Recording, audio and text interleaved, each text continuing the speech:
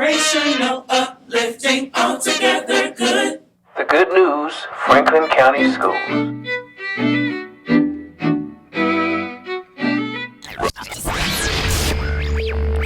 Welcome to WFCS Radio, the Good News Franklin County Schools podcast. The Good News Franklin County Schools podcast was created to share the amazing work taking place within our district as we highlight all things inspirational, uplifting, and altogether good. I'm your host, Dwayne McIntosh, and I'm joined today by some lovely ladies from Laurel Mill Elementary School, and I just have to know, I have to find out today what is in the mill at Laurel Mill, the drinking water over there, because the tenure and the legacy of service for these three ladies here at Laurel Mill and the great things they've been doing, not only in the Laurel Mill, Lewisburg community, but Franklin County Schools for this many years.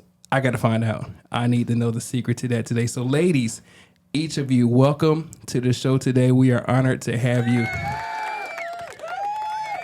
And I'll start from my right to left. Please introduce yourself and tell us your role and maybe how many years in education and at Laurel Mill this has been for you. I'm Gladys Alston. I'm receptionist at Laurel Mill at this time. I've been with the county 46 years, at the same school 46 years, and I've been in other roles, teacher assistant, computer lab technician, and receptionist now.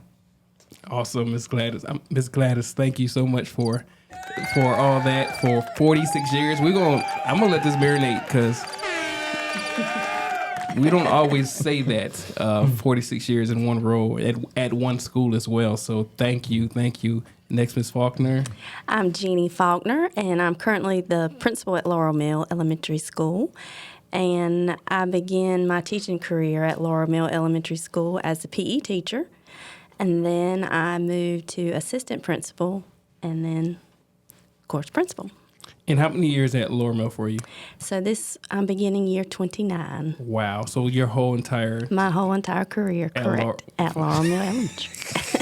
And I went to school at the same location in junior high. So you went to junior high at Laurel Mill. It was Gold Sand Middle, yep. Okay, and then to Lewisburg High School. I did. And then got your Beyond. education and then came back. I did. That's amazing. That's amazing. Congrats to you as well. Congrats. Thank you. And last, Ms. Rosa. I'm Rosa Johnson. I am at present the data manager for Power School, treasurer, and I take care of payroll. I started out at Gold Sand Elementary in 1970 as a teacher assistant. I'm starting my 53rd year. For the people in the back, she did say 53, her 53rd year. If you didn't know, we're going to give it up for her as well. They are legends. Legends, matriarchs in the community. And we don't take that. I don't take it for granted because I'm stunned. I'm blown away. I know the last few months we've given out maybe 3 or 4 Legacy of Service Awards, and 2 of those 3 are from Laurel Mill. So what's in the water over there? What is the secret to the youth, the foundation of youth that you guys have found? Because you look very vibrant. You don't look like you're just stopping anytime soon. You can go another 10, 15 years if you want to. So what is it? What is it? Somebody tell me. I need to know. Mr. McIntosh, Rosa and I both failed to tell you that we graduated from Gold Sand High School at that location that we are working at now. Mm-hmm. So it used to be a high school. It used to be a high school. When did it convert to an elementary school? Well, it was middle school. It was first middle. Okay. And then elementary. Yeah, We moved there what year? We moved there the 92-93 school year. 92-93 school year. Mm-hmm. So were you both, I'm trying to get my math right, were you both working there prior to becoming elementary? Yes, down at We were at the old school. Mm-hmm. Wow. Wow. Yeah. So I'm still trying to figure what is this you just love the area? It's love. I mean, it's love. It is. It's love. It's love.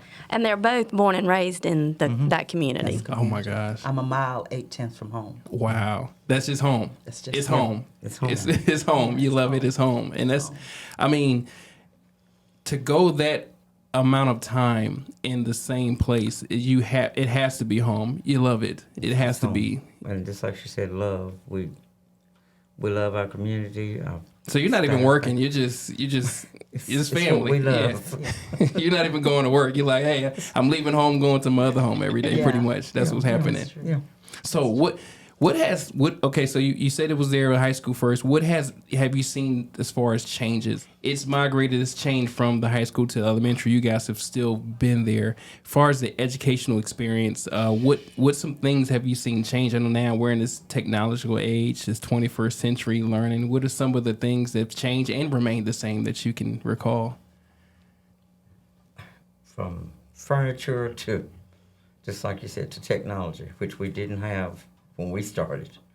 I mean, desk to tables and chairs. Everything has changed. Wow. Everything has changed. I would say that one thing that has not changed is the community that we serve and the parents. They put a lot of trust in us that we're going to do right by their children. And, I think they take a great comfort in that we're going to do what we're supposed to do and take care of their children every single day. And I think that trust has remained, to this day. And I would imagine, too, you've seen some parents and their children. Oh, my Lord. And grandchildren. How often has that occurred? Quite a few times for me. Quite a few times. Three generations practically there. Yeah. I mean, we have people on staff that I taught. So, what are these parents or staff members saying when they come and say, "Hey, do you remember me in class?" What is those conversations like? Y'all are so modest. It's like, what has happened? I need to know. Yeah. They say, "Are y'all? I can't believe you're still here." And then the next thing they want us to pull out the old yearbooks. Yeah. And show them, That's a picture awesome. of them. Yeah. That's But awesome. it's the love for the community, love for the people. And they're good people, and they deserve what kids from the other areas get, And not that we're all that, but I think we feel that love in itself and showing love can help them get where they need to go. Is that what motivates you every day? What's motivating you every day? Is that the love for me? It is. One of our, we have a theme every year, but we also this year adopted a hashtag, which is LMES Small School but Big Heart. And I think that really defines who we are as a school, and our teachers have bought into that as well. And yes, we're there to educate our children, but we're going to make sure that everybody is fed and nobody's hungry. And if somebody needs some shoes or whatever, we're going to do whatever we can. And we have community resources that we can tap into to help our students with whatever they need and educating their whole being. that's awesome? Right down to helping them with housing or whatever we can help do, within our reach.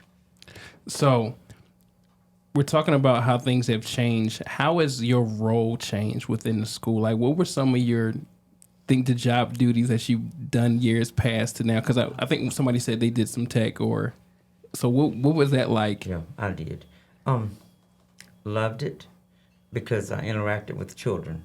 I loved it. But 22 years ago, when my daughter died of complications from sickle cell, it didn't keep me busy enough. So the receptionist position became available. And be careful what you ask for. Because I go around like a spinning top now. Oh my gosh. So it keeps me busy. On average, how many calls a day you think you get? My goodness. Back to back. Wow. Oh. Well, how about, I wish that you had seen, you probably did not see the picture of me on 2 phones. I did not. Last week? Well, a parent called and wanted to know, wanted me to give the bus driver, who had pulled over and was on the phone, directions to what to do and where to put the child off. So I talked to this one, and then I talked to this one. So Miss Faulkner saw me, she's like, and she came by and got a picture and said, but, we do whatever we can to get those children safely home to whoever needs to get them. And phone calls, I can't even, I've tried one time to keep up. Can't keep up with the phone calls. What about you, Jeannie? Imagine like from teaching at the school to now, leading in instructional practices? What are you seeing some differences and maybe some things that are still the same? I don't know.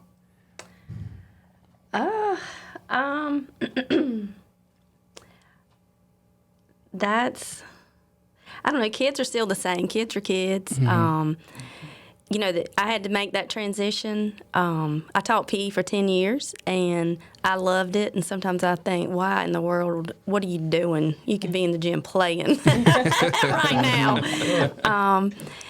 But, you know, even then as a PE teacher, I had support from parents, you know, on field days and things like that. And, you know, it was just always important to me to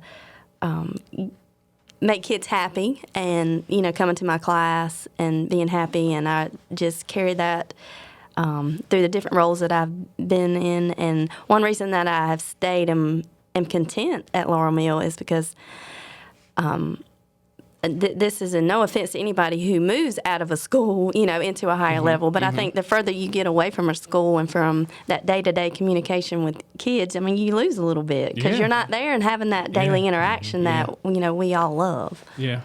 I seen I think a post the other day on social media says the only reason the grass is greener on the other side is because you're not watering the grass where you are. Right. And so it's not as nourished, so that's why it looks greener on the other side. So obviously the grass looks green where you are because you're planting there, you're sowing, you're watering, you're nourishing it how it should be. So you're content where you are. So That's true. You know, one thing that I think is different is we used to be called, or the perception of our school was that poor old school in the county. And, you know, that's just how people talked about it and thought. And so, you know, we have proven that we're more than, we're located in the rural part and we love that. But, you know, we have a lot to offer too, and our kids perform and just like anybody else. So we'll give it up for that one. yeah. I like that, and I can agree to that. Just somebody who's been transplanted here over the past 4 or 5 years. Every time I've stepped into school, I've never perceived it any less than any other school. I've never got the feeling or impression like you guys weren't doing top-notch stuff every time I walked in the building. So, so I don't know what you see or others see, but that's what I've seen every time I walked into school. So. Ms. Rosa, what about you? What's been some things that you've seen over the years within your role or maybe within a community school that's kind of changed or is different, you know? Within my role, changing from a huge ledger that you had to, you know, I remember years ago working almost a week trying to find 10 cents, you know, in a ledger when I was doing the accounting. But now, of course, it's all on computer. You can end it much easier now. I thank God for that. But I think one of the biggest things that's changed is the parents.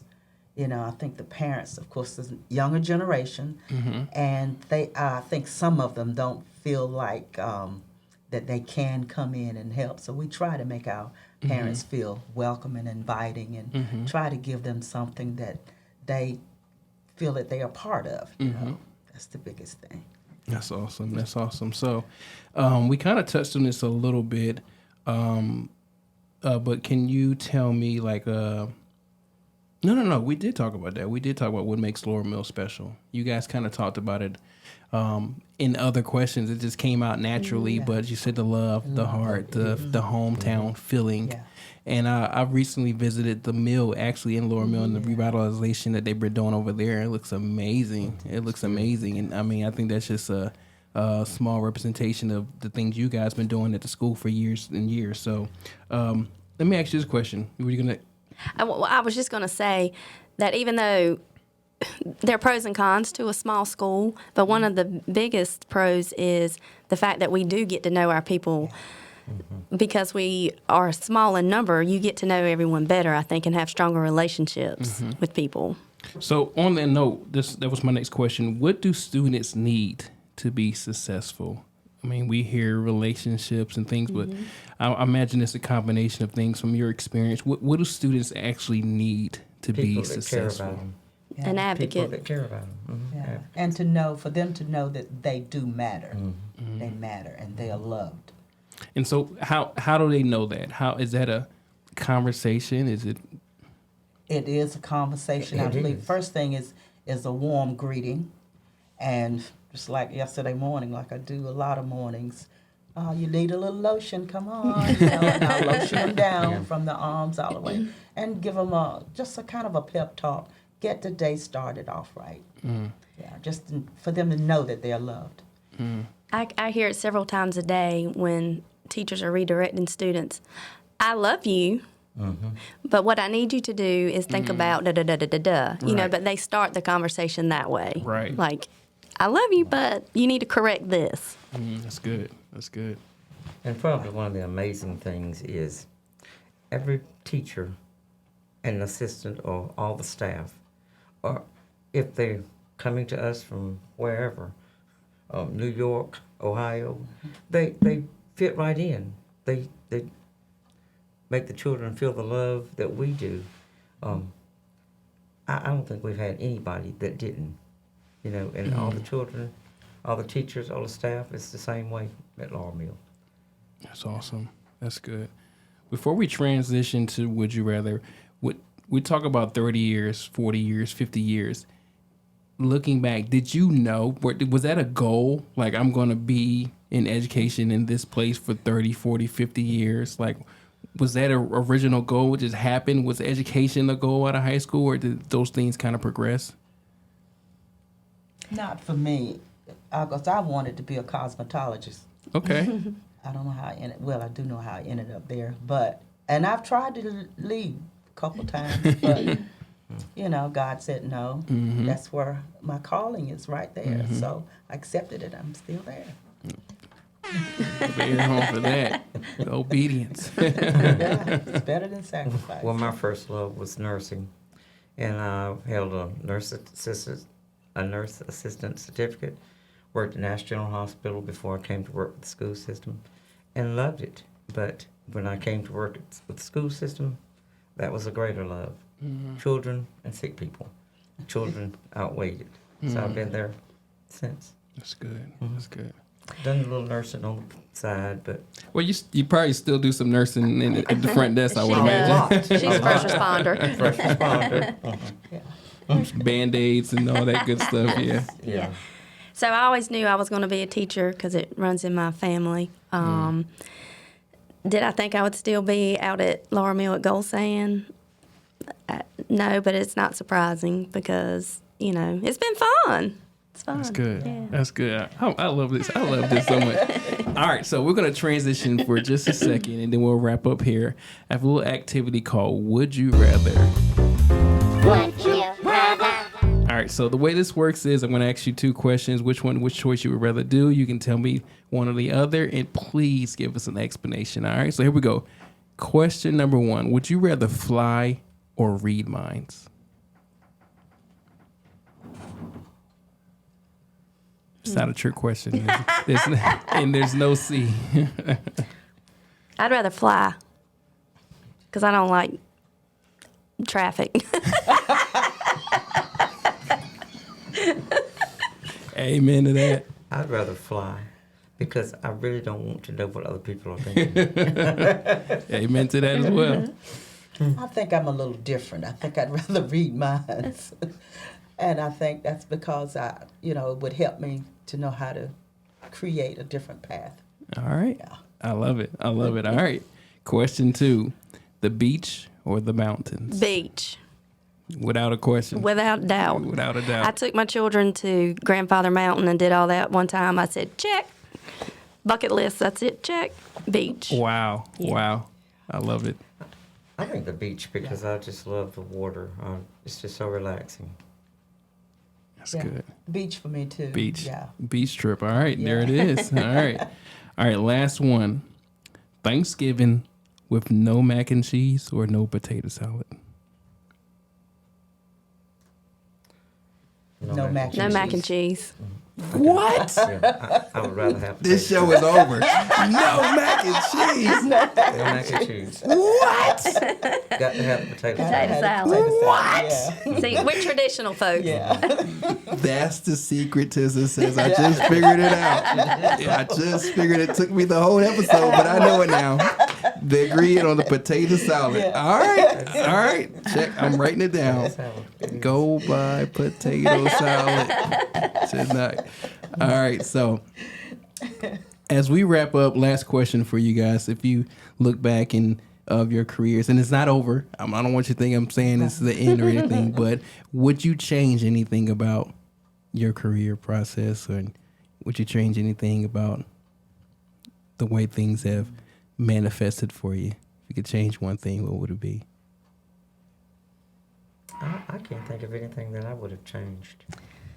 I don't think so, but because I think we all have learned lessons along the way that have helped us be who we are. And without those challenges and, the highs and lows, we wouldn't be who we were today. Yeah. No, I don't think I would change anything. There again, obedience. Yeah. There's nothing I would change. That's awesome.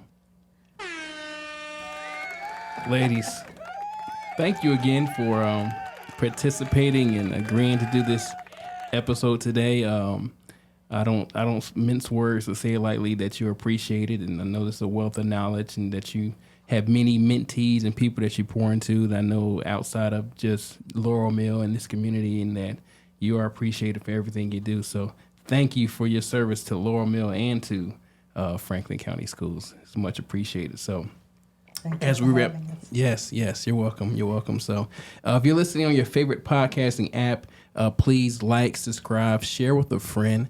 This has been the Good News episode 8 on today. If you're watching this on YouTube, please like, share, and subscribe. And until next time, remember there is greatness inside of you. Let it out and share the good news. Inspirational, uplifting, altogether good. The Good News Franklin County Schools.